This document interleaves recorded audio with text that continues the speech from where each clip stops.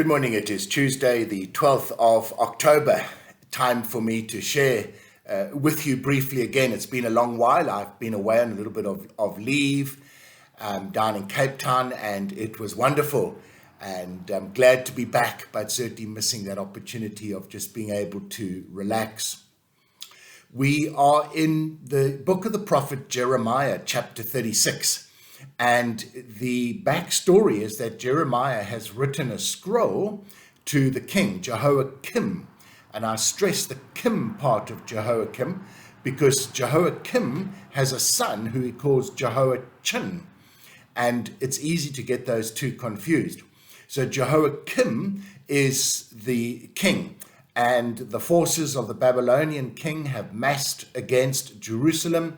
And the prophet Jeremiah writes a prophecy, gets a man called Baruch to write it on a scroll, and it's taken to the king, Jehoiakim. And the king dismisses it out of hand. In fact, we are told the king literally throws it away into the fire and it is burnt. And Jeremiah and Baruch are not terribly impressed or happy with that, but neither is God. God actually gets quite annoyed, because this is his prophetic word that he has given to the king, and it has been simply dismissed out of hand. And so Jeremiah is instructed to write the prophecy again. And one can well imagine that there's some choice words that God adds to this. One of which is basically that Jehoiakim is going to himself now be thrown out, just as he threw out the scroll with the prophetic words of God. And sure enough, that comes to pass.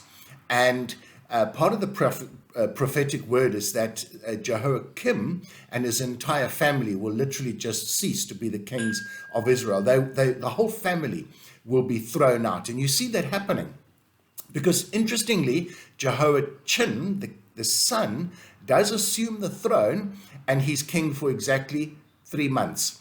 So not a long time. He's no sooner settled in, he hasn't even got his new curtains and painting up and carpets down, and he is thrown out. He is no longer the king.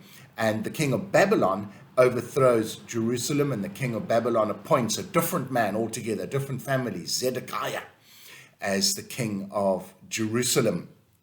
And it seems to me from this interesting story that we need to obey the instructions God gives us. And of course, those instructions are primarily to be found in Scripture. There are also obviously those prophetic words. We don't believe everyone who bounces around calling themselves a prophet. I have met many prophets. They're self-proclaimed, and it's their title. If they're not a prophet, then they are an apostle. They certainly can't be a pastor. That's beneath them somehow. But I wonder just how prophetic they really are.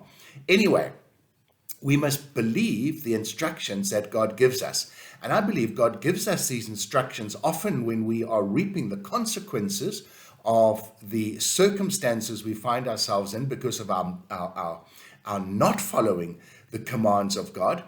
And he gives us these commands, God does, so that we can mend our ways and God can change the circumstances and the consequences, or certainly help us survive the consequences. So I think we need to listen to the prophetic voices around us. Otherwise, we will reap the whirlwind of the consequence. And when we refuse, then God says, well, I tried to warn you, and you wouldn't listen. So now you're on your own. God is always there, and if you call out to him, he'll come and save you. But don't think God's a benevolent sugar daddy that you can purposefully ignore him, and then when it gets really too tough, you call upon him and he'll come and save you.